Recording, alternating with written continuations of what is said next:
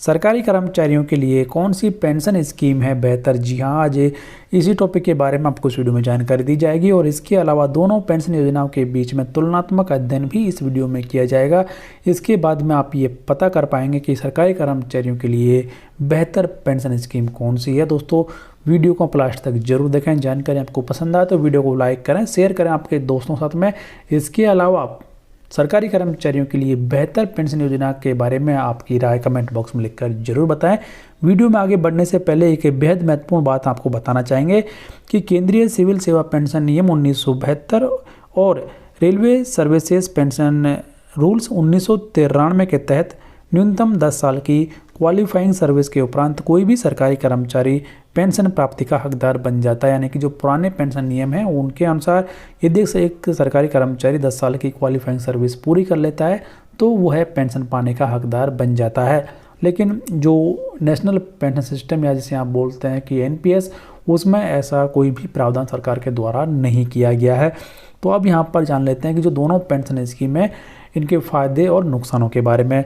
तो इसके लिए एक पूरी टेबल आपके सामने है और यहाँ पर आप देख सकते हैं सबसे पहले लिया गया है पुरानी पेंशन स्कीम, उसके बाद में लिया गया नई पेंशन स्कीम। तो ओपीएस में पेंशन के लिए वेतन से कोई कटौती नहीं की जाती है। एनपीएस में पेंशन के लिए वेतन से 10% जिसमें आपका बेसिक प्लस डीए होता है उसकी कटौती हर महीने आपकी सैलरी से की जाती है। दूसरा यहाँ पर कि ओपीएस में जीपीएफ जिसे आप बोल सकते हैं जनरल प्रोविडेंट फंड की सुविधा उपलब्ध है, लेकिन एनपीएस में सरकारी कर्मचारियों के लिए जीपीएफ की सुविधा उपलब्ध नहीं है। तीसरा यहाँ पर कि ओपीएस एक सुरक्षित पेंशन योजना है जबकि एनपीएस शेयर बाजार आधारित असुरक्षित पेंशन योजना है।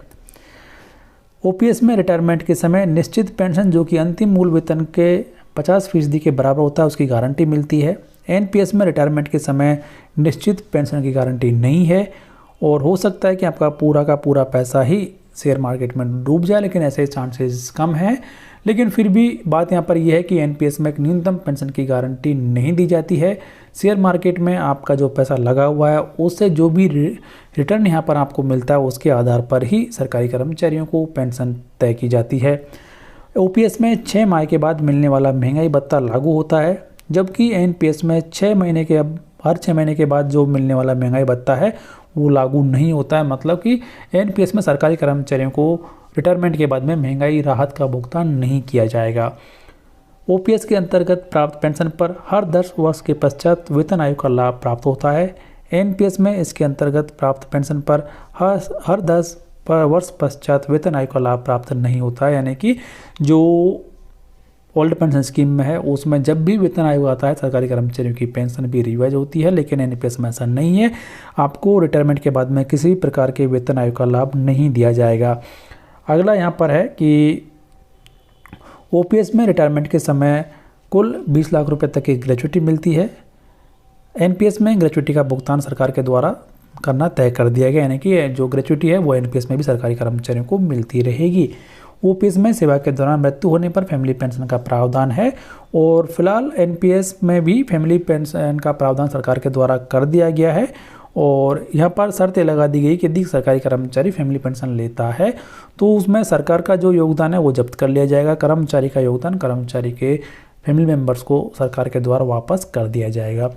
ओपीएस में सरकार द्वारा ट्रेजरी के माध्यम से भुगतान किया जाता है और एनपीएस में शेयर बाजार के आधार पर सरकारी कर्मचारी के बैंक खाते में भुगतान किया जाता है।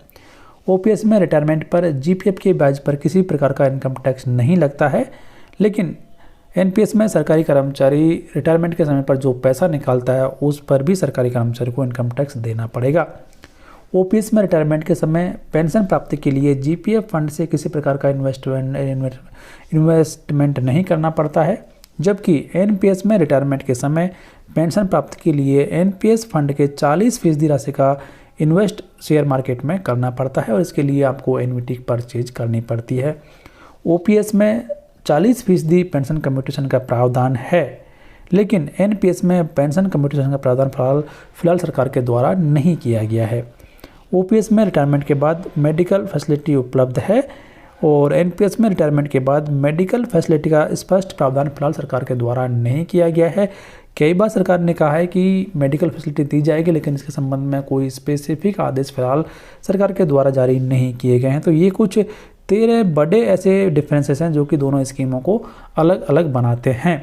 इसी की वजह से सरकारी कर्मचारी ये मांग कर रहे हैं कि उनको एनपीएस की जगह पर ओपीएस का लाभ दिया जाए, लेकिन फिलहाल इसके बारे में कोई सख्त कदम केंद्र सरकार के द्वारा नहीं उठाया गया है।